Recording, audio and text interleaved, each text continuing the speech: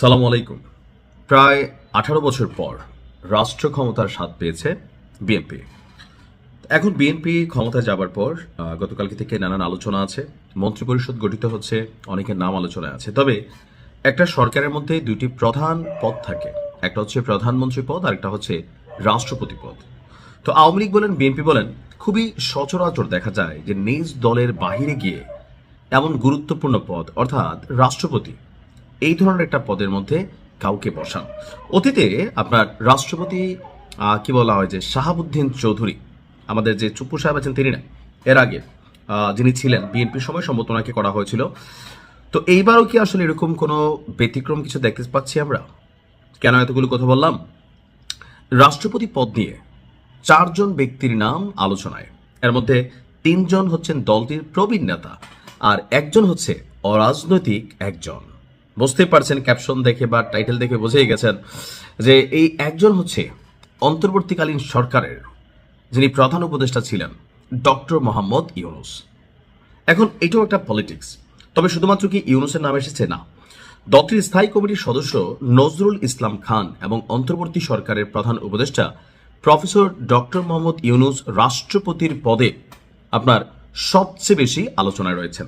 অর্থাৎ বিএনপির যিনি স্থায়ী কমিটির সদস্য নজরুল ইসলাম খান, উনিও রাষ্ট্রপতি পদে আলোচিত হচ্ছেন, পাশাপাশি ডক্টর ইউনুসও একই পদে আলোচনায় আছেন সর্বোচ্চ লেভেলে। এছাড়া তিনি আপনার নজরুল ইসলাম খান যিনি আছেন, তিনি নির্বাচনে কোনো প্রতিদ্বন্দ্বিতা করেন নাই। তো এবার আপনারা জানেন যে উচ্চকক্ষ নিম্নকক্ষ যে দ্বিপাক্ষিক বা দ্বিকক্ষ বিশিষ্ট যে পার্লামেন্টারি সিস্টেম, তো সেইখানে এবার এই ব্যতিক্রমতার সুযোগ আছে।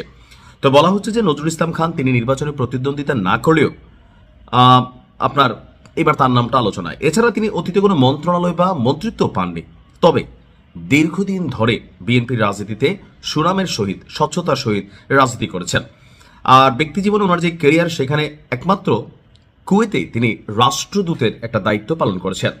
এই ব্যতিক্রমিক কর্মজীবন এবং অভিজ্ঞতাই তাকে পারদর্শী হিসেবে বিবেচিত করছে রাষ্ট্রপতি পদে। জিয়া পরিবারের বিশ্বস্ত এই প্রবীণ নেতাকে রাষ্ট্রপতি পদ দিয়ে সেই বিশ্বস্ততার পুরস্কার হিসাবে সম্মানিত করার আলোচনার মধ্যে নজরুল ইসলাম খান শীর্ষে আছেন।